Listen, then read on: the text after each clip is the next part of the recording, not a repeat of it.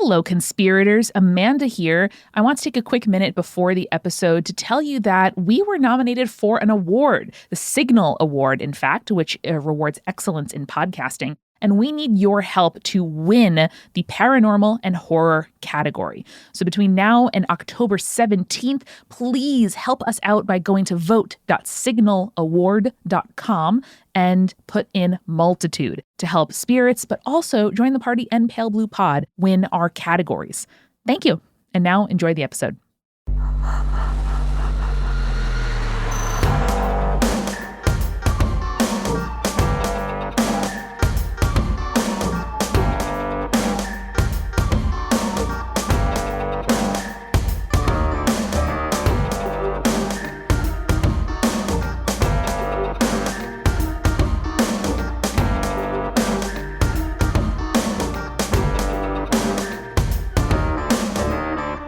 Welcome to Spirits Podcast, a boozy dive into mythology, legends, and folklore. Every week, we pour a drink and learn about a new story from around the world. I'm Amanda. And I'm Julia. And Amanda, the spookiest season has started.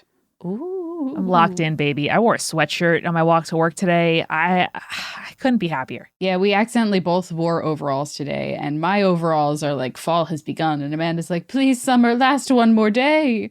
Which is the opposite of our real personalities. That's true. No, I don't want necessarily summer to end, but I do fucking love fall, you know? Yeah. And I'm like, get out of here. Let me wear my layers. Let me wear, you know, my long pants, my sweatshirts, my little hats. I am ready to go. I am locked in, Julia, as the memes are saying. Now, are you ready to be locked in, Amanda, to a response to a previous episode? My favorite thing? Yes, please. Yes, I know you are. I know you love it. All right. This is from April. She, her. It is titled, The Half-Perched House Current Resident Response to Episode 402. Okay. It's all happening now. It's all happening for us. Oh my God. Hello, Amanda and Julia. My name is April, and you may know a little about me from my sister-in-law, Michaela. Yes, Michaela, you came through. I love you. We love it. We love to see it. I know there was a whole incident when we last left off with the Half-Perched House. Give us the recap. You'll remember that Michaela went to interview several people, including Jake and April, about the house. However, every recording, every instance of this story, including several computers, all died because of the telling of the story. And now April is here responding to us firsthand, and I am so excited. Okay. Never tell me podcasts aren't journalism. This is journalism. I did not go to journalism school. Please do not hold me to the same standards as journalists. Julia, we hold journalists to no standards, okay? Do it. All right. I am responding to episode 402 with Michaela's update. Yes, I live in the Half-Perched House in Connecticut with the infamous man in the dress shoes. The house is fairly quiet, and nothing too strange happens most of the time. That's not enough! I know, that's so, like, those are doing so much work to the sentence, is fairly quiet, and nothing too strange happens most of the time. Incredible.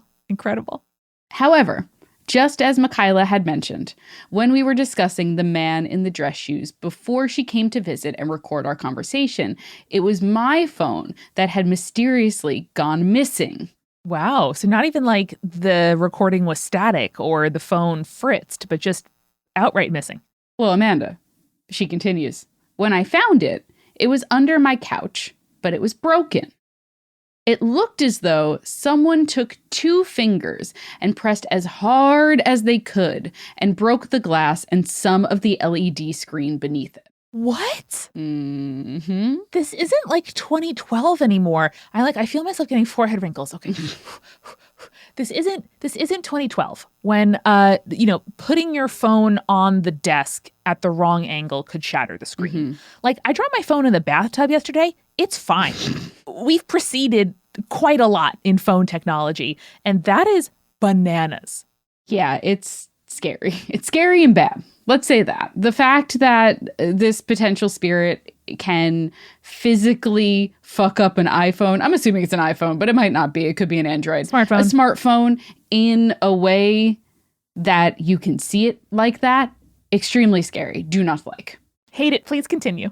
All right. Well, she continues. It was very eerie. Not to mention, this happened on October 31st. On Halloween, April? Yes, on All Hallows Eve, the man was able to cross the veil and physically break my phone for having discussed him. I mean, thank you for your service. Seriously. I would agree with Michaela that I do have my own spirit-related incidences, such as living in a haunted house when I was just 3 or 4 years old, and many other similar things. April. Come on in. April, you're in. Listen. You're in it now. You're in it now. Michaela got you in. You're in. Listen, April, I understand if you haven't listened to a ton of our other episodes. Okay. I understand you're probably listening to them because your family keeps getting mentioned. Fine. Totally cool.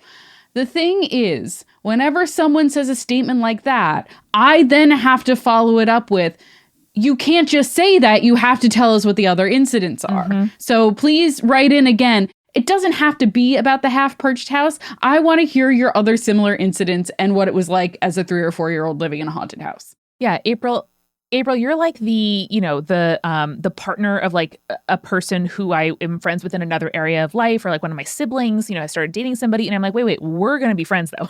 Like it's, I'm so glad that you make Austin happy, but like also we're going to be friends. And so I welcome you into the fold. I invite you, whatever amount of like Faraday cage, writing in from a library, like handwriting and then Xeroxing and then faxing this letter into us that you did.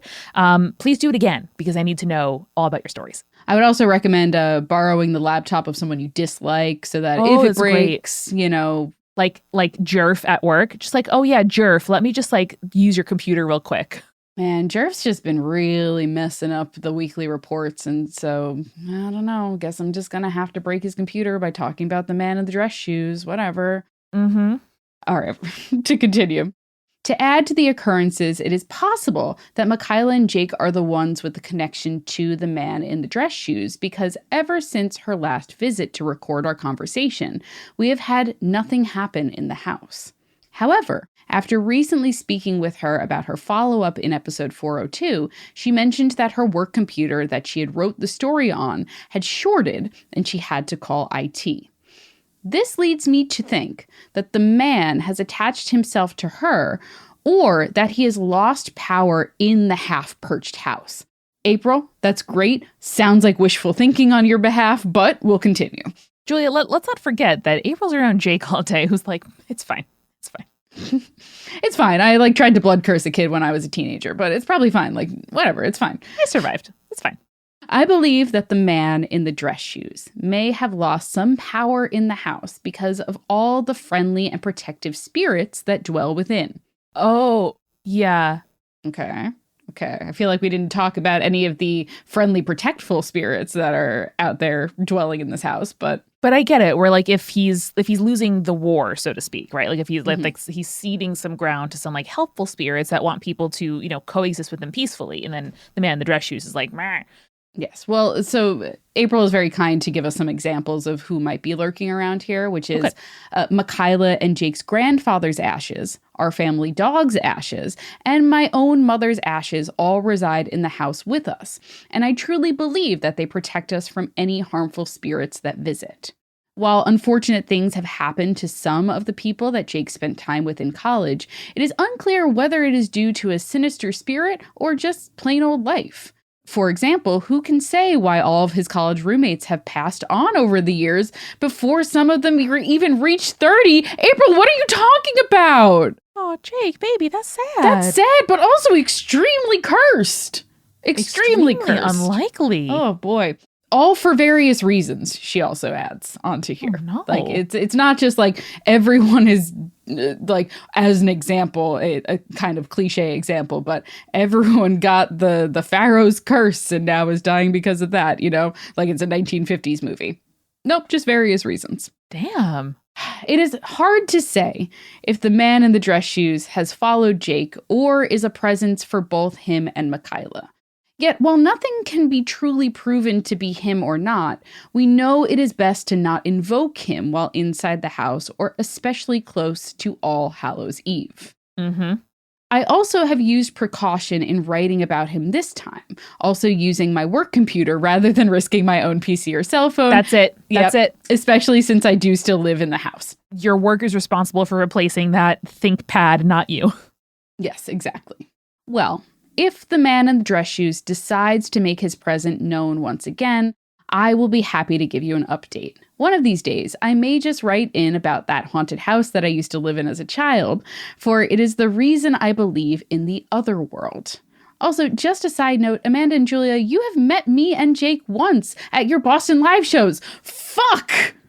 What? The one that the Winchesters were also at? Gosh. Oh my goodness. I think something happened that day, Julia. Something did happen that day. So Ma Winchester and family were there. Jake and April were there. Are we cursed now? Is that what's happening here? I mean, okay, Julia, so 3 weeks and 1 day from today. April was also the winner of the raffle that day, so I'm actually kind of convinced that April passed on whatever's going on to us now. I mean, honestly, Julia, it's been good for me since the Boston Live show. Like, things have been pretty much on the up and up. And I want to secondly say that I have to apologize to April because she did say, I have been listening to Spirits for 8 years since Jake recommended it to me, and I've been hooked ever since. Oh.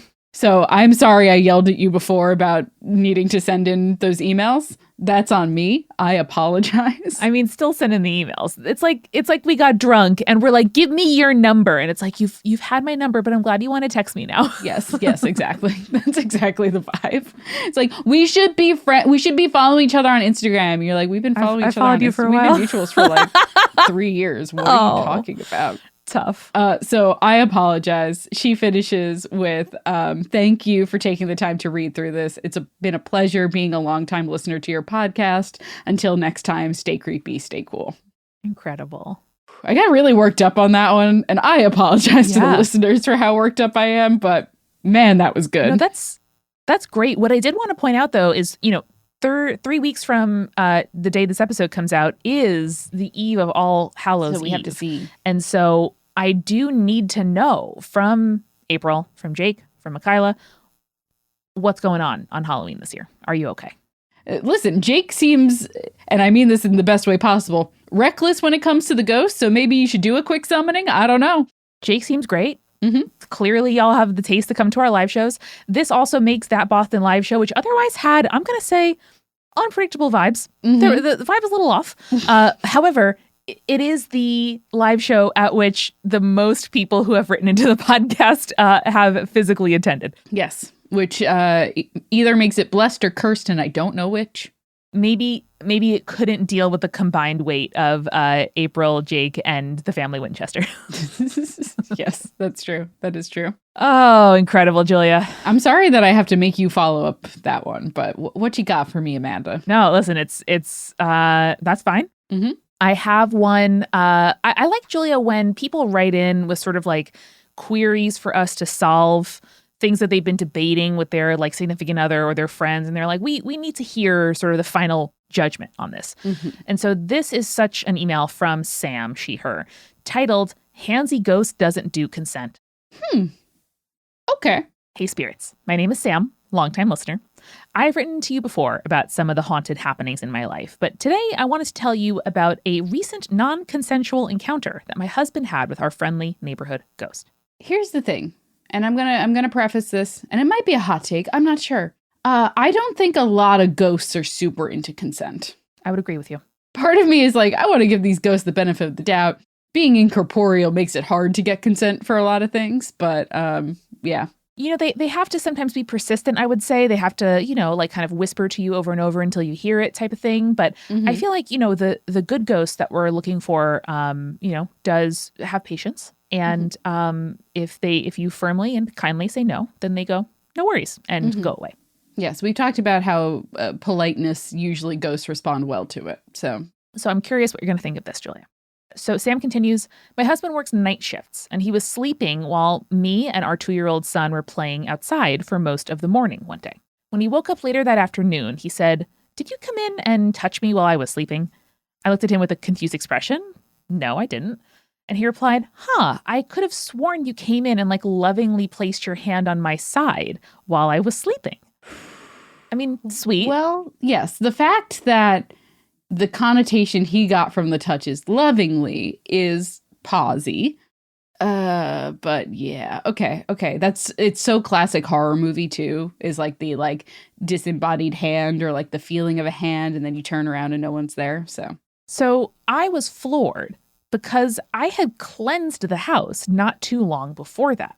So I said, wait, show me. He proceeded to place his hand on my side with what I can only assume is the same weight. And I looked at him and said, nope, absolutely was not something I just did. Nope. So the sound he made next was something between a whine and a siren as he had a little bit of a panic attack. I'm going to try to reenact that, which is... Very good. Mm. Meanwhile, I was also panicking because I was about to spend the night alone in the house with a gropey ghost. No, well, I mean, whatever is about to happen in this email has already happened to you. Yeah. But if it hadn't, I would have been like, well, it happened to him and not you. And maybe they're only interested in him and not you. Yeah. Or maybe they're like, oh, you're both working so hard while Sam is taking care of your kid. I will make sure your husband is happy. Let me make sure I give him a little ghostly massage because he's been working hard. Just a nice little pat. Mm-hmm. It wasn't, nothing for the ghost. It was just a little reassurance. So later that evening, he kissed my cheek and said goodnight as he went to work, leaving me, quote... I thought you meant the ghost. I was like, what's up? Oh, no. Leaving me, quote, alone in the house with my son. I did my personal cleansing ritual and hoped for the best. I do find it interesting that the side of the room that he was groped on was the same side I saw the silhouette of a man standing over our bed one night while my husband was on the night shift. I feel like that's context that I should have had before. And I'm not telling you how to write your emails or anything like that, but I'm just saying. I was thinking the same thing. It's only 2 paragraphs in, but it felt like that was a reveal. It's been a few weeks and the house has been mostly quiet, except recently when I hung my hat on the hat rack and turned around only to hear my hat fall on the floor. I assumed I hadn't hung it correctly. I'd missed the peg, whatever. So I picked it up and put it back on the rack, only to start turning my head and see out of the corner of my eye, my hat sliding up off the nail and then popping into the floor. Absolutely not. At this point, I got annoyed. Annoyed. Interesting. Not the reaction I would have had. I slammed my hat back on the rack and said to no one in particular, if you do that again, I'm cleansing the shit out of this place. And the hat stayed. Again, we were just talking about ghosts really respond to politeness. Apparently also threats.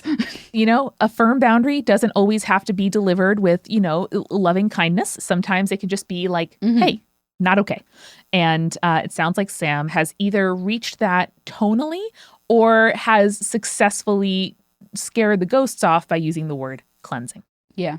So that's the story. I love this. I love the boundaries being set for sure. When I say I love this, a lot of that I didn't love, but I like that there so far has not been any groping of you. Mm-hmm. I like that it seems like your son so far has been safe, which is great. Hopefully he doesn't grow up to be a creepy child. Fingers crossed for you.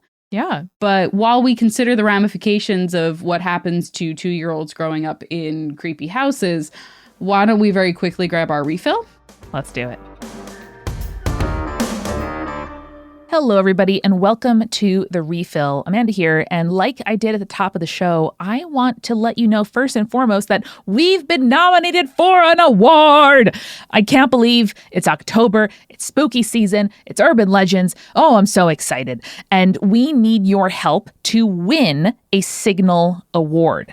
What you have to do is go to vote.signalaward.com and put multitude in the search bar because Spirits has been nominated for paranormal or horror podcast. Pale Blue Pod was nominated for Best Science Podcast, and Join the Party is nominated in the Gaming and Actual Play category. So we need your help before October 17th, 2024. Go to vote.signalaward.com wildest.com and help us out. That link is also in the episode description. So thank you in advance. I really want to win. I want to win an award. I want to be an award-winning podcaster, okay? So help me and Julia and Bren, who today is celebrating 1 year of being our wonderful editor and bringing so much joy and sound design to this podcast. So Mazel Tov, Bren. Thank you so much for joining us. Let's win an award, fam. Huh? I would also love to thank our newest patron, Gus, who's actually been a patron for many years, but recently went annual, upgraded their pledge and went annual, which we highly, highly appreciate and recommend because it lets you support the show for a full year at a discount. And that's a win-win all around. If you would like to support the show, you can go ahead to patreon.com/spiritspodcast to get all kinds of goodies, like a bonus Hometown Urban Legends episode. We just posted one last week for September, and all other kinds of great stuff like recipe cards, director's commentary, tarot pulls at the start of each season, and more. Thank you to our supporting producer-level patrons, Alicia, Ann, Ariana, Hannah, Jane, Jeremiah, Nieselkins, Lily, Matthew, Katzen, Jonathan, Malachi, Cosmos, Sarah, and Scott, and our legend-level patrons, Audra, Bex, Chibi Yokai, Michael, Morgan H., Sarah, and BME Up Scotty. Lots going on over at Multitude, including the fellow Signal Award finalist, Join the Party, an actual play podcast, of course, with tangible worlds, genre-pushing storytelling, and collaborators who make each other laugh each week. A fantastic show you should listen to. We're coming toward the end of campaign 3. And so if you want to be with us, with the group as we finish the campaign, now is a really good time to start listening from the beginning of season 4 in your podcast player. Julia and I play plant and bug folk pirates, and it's incredibly funny, and I love it so much, and it's a huge part of my life in a way that I never imagined D&D would be when I was a kid being told, like, that's not for girls, and kind of like kicked out of the gaming store. So if you share that with me and you want to learn about TTRPGs and you see people getting excited about D&D and you're like, okay, like, sure, yeah, I bet it's good, you should listen to Join the Party because we teach you how to play D&D and all kinds of tabletop role-playing games. We tell wonderful stories, there's sound design and music, and just gorgeous storytelling. So I know if you listen to Spirits, you'll like it too. Check us out at jointhepartypod.com or look at Join the Party in your podcast player. And finally, this show is sponsored by BetterHelp. Now, you guys know I love the spooky season, but I don't like scary stuff. I don't love a jump scare, don't love a haunted house. That's Julia's thing, and I love it for her. But for me, I am way more likely to face my fears in therapy than I am to face it in a haunted house. Therapy has been a really important tool at different points in my life to help me navigate life changes, like when I was preparing to graduate college, when my parents got divorced, when I was going through just some struggles and dealing with my depression and anxiety changed as my life changed. So I really appreciate that BetterHelp is a way that if you can't access therapy safely or affordably where you live, it is a really good option that's entirely online, convenient, flexible, suited to your schedule. If you need to do therapy in a way that is remote and at times a day that maybe would be unusual or uncommon to find a therapist in your area around, I want you to know about this tool. So overcome your fears with BetterHelp. Visit betterhelp.com/spirits today to get 10% off your first month. That's BetterHelp, HELP.com/spirits. And now let's get back to the show.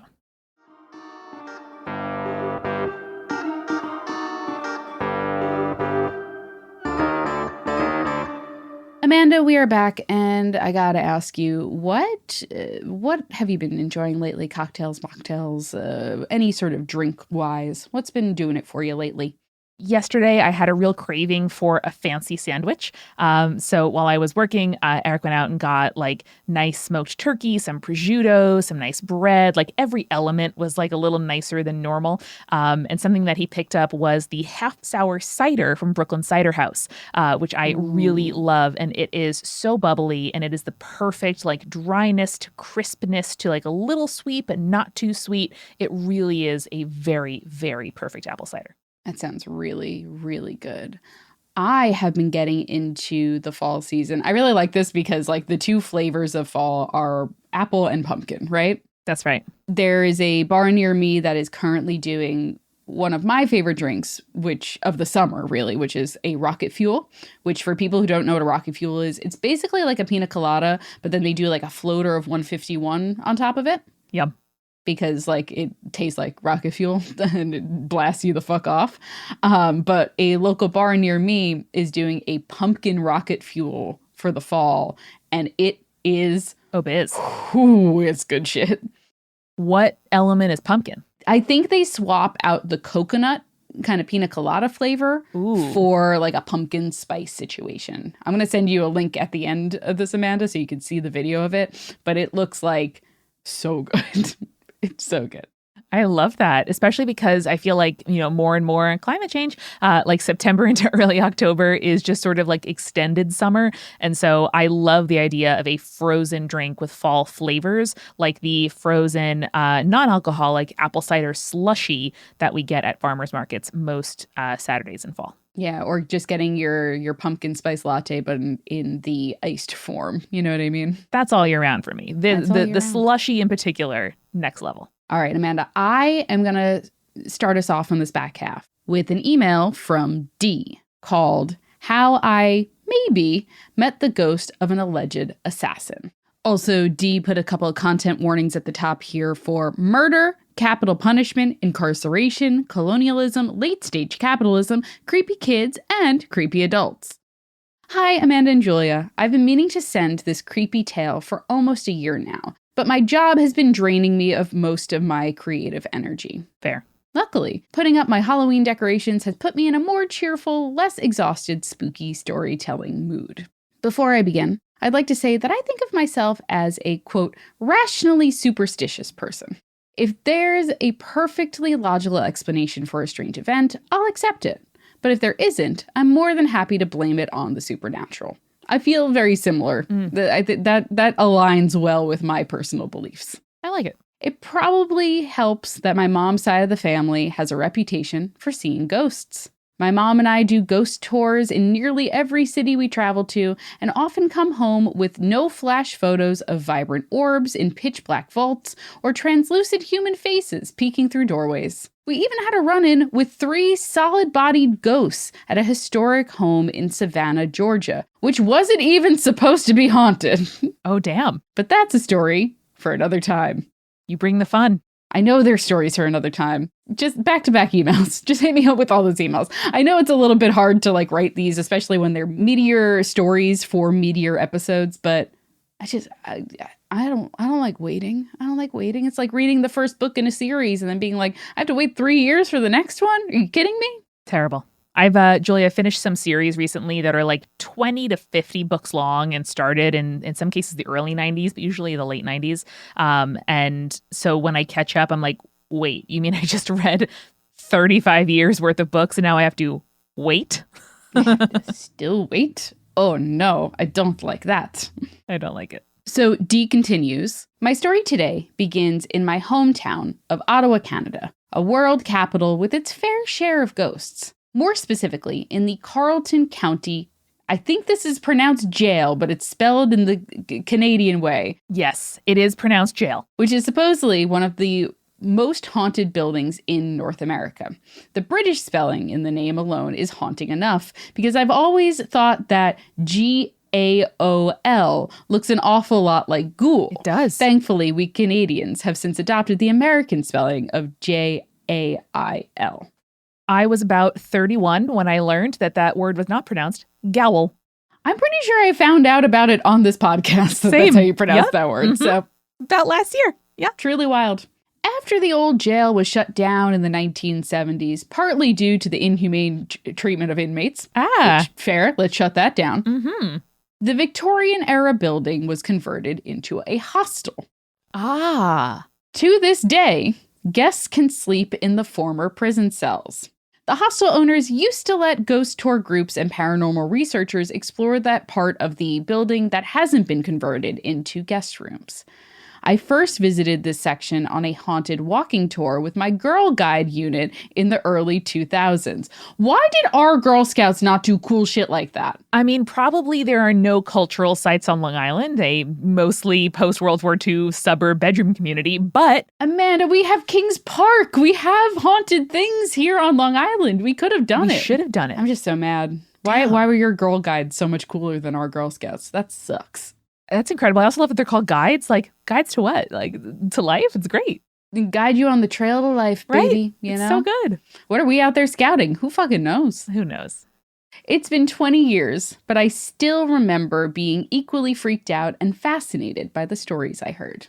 Unfortunately, the hostel announced that as of 2024, the entire building would be closed to outside visitors. Boo capitalism. Deciding to take advantage of my last chance to revisit the jail without paying to sleep in a city I already live in, I booked a haunted walking tour. So, on a rainy night in late October, I found myself standing in the cobblestone courtyard of an ivy-laden castle-like edifice. As we were walking to the jail, our guide had recounted the story that had most vividly captured my childhood imagination. The murder of Thomas D'Arcy McGee. Hailed as one of the, quote, fathers of Confederation, D'Arcy McGee was an Irish-born politician who helped negotiate Canada's semi-independence from Britain, 50 years before Ireland would win her own independence. Although he originally supported Canada becoming full independent, D'Arcy McGee later became a royalist, which, as you can imagine, alienated much of Ottawa's Irish community. Fun fact, he used to live in Boston and condemned the US as a cautionary tale for what happens when a former colony completely breaks ties from the British monarchy. Weird flex, but okay. Weird flex, but okay, my guy. In the wee hours of April 7th, 1868, D'Arcy McGee was shot and killed by an unknown assassin outside of his boarding house.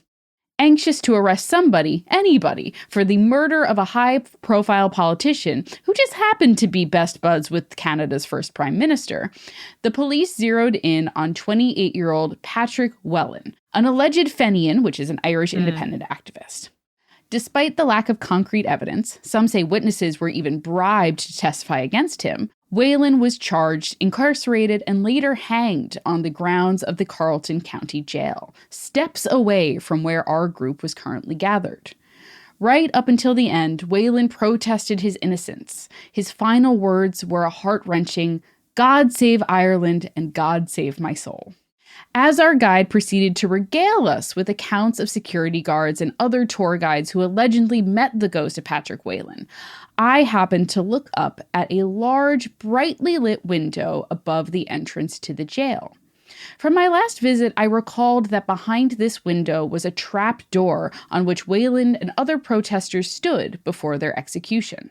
Behind the trap door was a short landing off the building's main staircase. I vividly remember our Girl Guide leaders hollering at us not to run on this section of stairs as we joked around that Whelan's ghost was going to haunt us.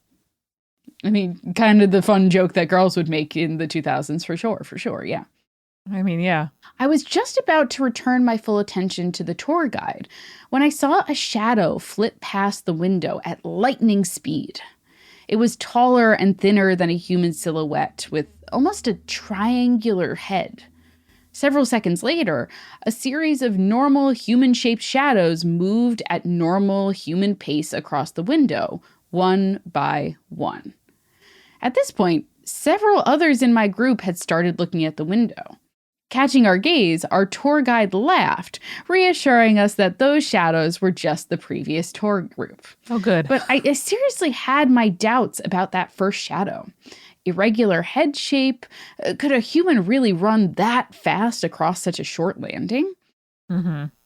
After making way for the previous tour group to exit the building, our guide led us up that same main stairs.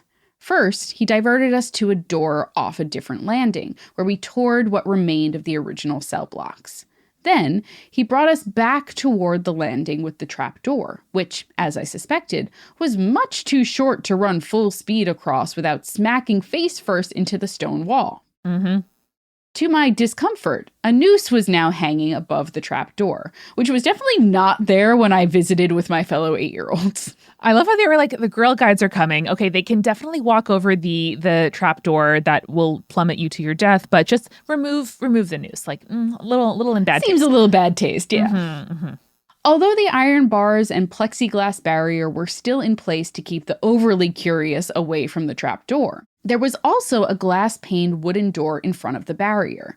This door was swung completely open, revealing a pock-marked stone wall behind the panes. Nothing else.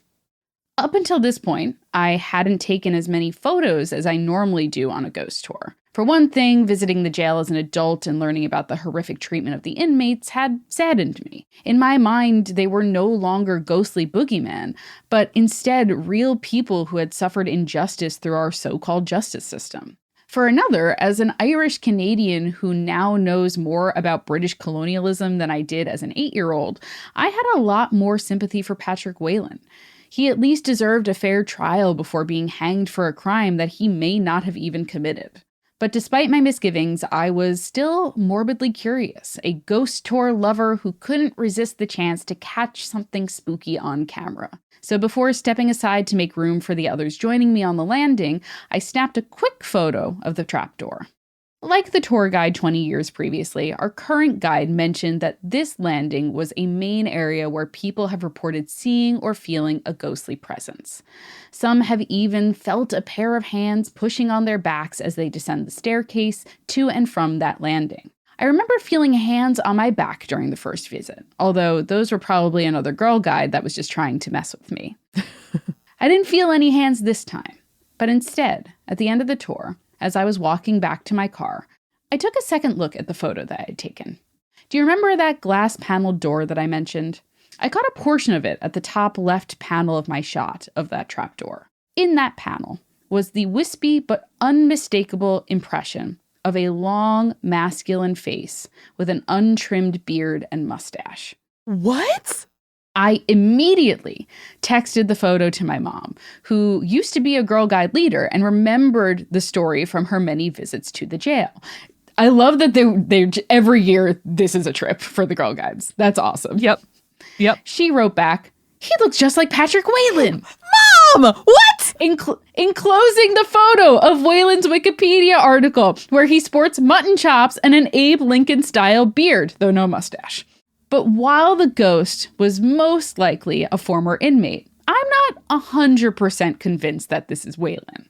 Even though I tried to picture him with untrimmed facial hair, his face doesn't look long enough to match the ghost face in my photo. I feel like we're moving past the fact of a ghost face in your photo too quickly. You know, Dee says early on that this is something that happens often to Dee and Dee's mom, where it's like, we went to a bank vault and there's vibrant orbs even though we didn't use flash, or we see a lot of photos of translucent human faces peeking through doorways.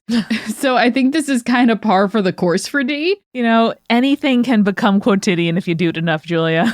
That's true. That's true. Dee continues, but then again, that weird shadow I saw was much longer than a regular human shadow. So maybe people just kind of stretch out after they become ghosts, which is a fascinating new theory for here on Spirits Podcast. And now I'm just picturing all ghosts the longer they're around, just slowly stretching out more. Yeah, like a cord or a sweater that loses elasticity.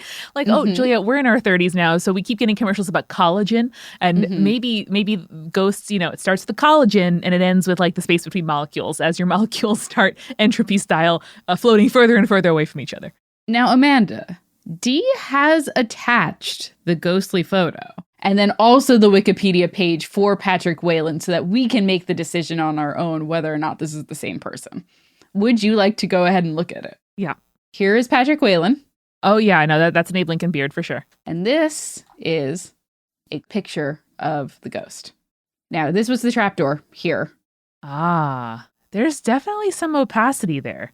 Yes, and then there's a little bit more of a zoomed in version of the face there. Yeah, that's something. There's something on that glass.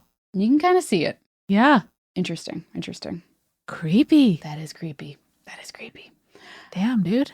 So Dee continues, as for me, I'll probably never know who I encountered that spooky October day at the old jail. But I do know that I will forever be haunted by the ghosts of British colonialism in Canadian society, our glorification of the Fathers of Confederation, our Girl Guide units, which really have no business bringing 8-year-olds to haunted jails, and our spelling habits, both past and present. Thanks for reading, Dee. Dee, that was an incredible email. Julia, I do think, though, that we've overlooked an important possibility here in identifying this ghostly image. Okay. What if it's a hipster backpacker? I don't know if the reflection of hipster backpacker would have appeared that way in the photo. So I've stayed at a number of hostels in my day. Okay. Usually, rooms where between like 4 and 12 people, of the same sex, like we'll be staying in bunk beds. Did it all the time when I was, a teen going into college and had perfectly nice experiences. People also hook up in hostels, Julia. People hook up in hostels. I've punched my ticket. I've enjoyed it very much. And so I would imagine the thing that's difficult is when you are rooming in a room of, 8 or 10 people, the whole thing is it's cheap because it's communal. So Julia, where are you gonna get your jollies in the hostel? The answer is either sneaking in during cleaning hour, during the free breakfast when no one else is there, or perhaps going to the out sort of edges of the hostel. Perhaps you take a handsome or beautiful person to the trapdoor and have sex on the stairs. And so maybe someone tragically, pleasurably died. Now, Amanda, I thought you were saying that the photo that we just looked at was the reflection of a hipster backpacker who might have been part of the tour and was just like behind D when she was looking at it. No, Julia. Someone who orgasmed to death. Something, the petite mort as an orgasm. Or maybe, why do ghosts gotta be only when we die? Why can't ghosts are impressions, right? Why can't the petite mort make a petite ghost? And it's just a little impression, just a little flash, just a little like, oh, you read romance. There's stars behind our eyes, Julia. We know how orgasm is like literarily rendered. Okay, maybe and in moments of extreme passion, a sense memory is embedded in the wavy leaded glass of an 1800s jail. Now, Amanda. Yeah. I'm going to say something. Okay. And I don't want you to take it as an insult. Uh-huh. This is the horniest you've ever been in my presence, and I'm scared. I'm simply I'm entering my peak as a woman in her mid-30s, and don't say we're in our mid-30s yet. No, we got a couple more years till that. No, I'm 32. It's okay. I'm just asking questions. You are just asking questions. I would say my immediate thought was who hooks up in a room with a noose hanging, but then I remember that people very often have sex in cemeteries, and so I take it back. Yes. Question mark? I don't know. Also, it's possible they hang the noose for tours and take it down other times. That seems like a pain to do. It does seem like a pain. They only take it down for the Girl Guides, Amanda, but that's only once a year. Yes, the annual tradition of the 8-year-olds visiting the jail. You got to make sure it's safe. I'm just asking questions here. Well, thanks for that email. Julie, can I close this out with another email? Yeah, bitch. Yeah. And Julia, then I wanted to close out with something that I think will transition us well to next week. So this is what I'm going to call a short and sweet urban legend, maybe a short and spooky one. Short and spooky. And this came in from Cora, they, them. Sometimes urban legends will come in where there's a lot of substance there, but a short amount of words. And so I want to open up and invite us to revisit this genre. So here's Cora's, for example. Hey, spirits. So my story happens a few years back, 2021. Staggering, that was a few years ago, when I was at my first year of church camp in New Hampshire. I fucking love a church camp story. I can't believe church camp still happens. Like, I know it's not a thing of the 50s, but I love it. Yeah. It was a normal, fun, chill church camp, but there is a story that goes along with camp. Okay. So going around in 2021 was a story that a girl in one of the cabins was acting strange. Spooky. Apparently, she was sitting up in her sleep, staring at her counselor in her cabin in the bunk next to her while all of us were asleep. And this led to a whole story of people saying that she needed to be exorcised. A priest had to come perform an exorcism. Oh, no. Oh, first off, this girl probably is just a sleepwalker or something like that. She's okay. She's got some stress. Her body's working it out. Now, and then this also makes me think, now, do Catholics have church camp? I feel like Catholics are not church camp people. I feel like it's more Protestant based. Less so. We, at least of our suburban Catholic upbringing, did not have church camp available to us. But the fact that they're saying it's a priest that needs to come, right, does kind of maybe assume that it's a Catholic church camp. Interesting. Wouldn't have thought that. I don't know. I'm curious. Right. Often we'll have it be called like a reverend or a minister or something. But Julia, again, it's a short and spooky story because this is the final sentence of the email. That's like 4 sentences. It was funny because at one point, this one girl heard the story being retold and wondered who it was about. Well, it was about her. It's because she doesn't know. She's not aware of the fact that she's like doing spooky shit when she's sleeping. I know. It's not her fault. Oh, it's not her fault, but it does unlock for me a very interesting conversational prompt of what urban legend would you most like to be secretly about you? Ooh, that's fun. You remember the Semler one with the ghost girl living at the cul-de-sac? I'll never forget Semler. Yeah. It's me. I want to be Semler. I want to have ghost dog and be a little creepy child. I think any urban legend when like you don't take care of like the land and then something like strikes back at you. Yeah. I want that to be about me. Like if there was an urban legend about people who like cut down, who like put in sod, right? And like cut down like native grasses and then replaced it with like monoculture. And then, you know, they had some kind of like woke up one day and all their sod was brown, like that would be me. Yeah. And I would just be secretly, you know, sleepwalking and like using some kind of herbicide that only targets sod and not any other kind of native plant.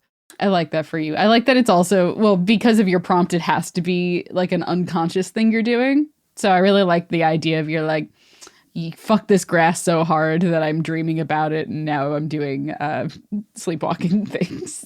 So good.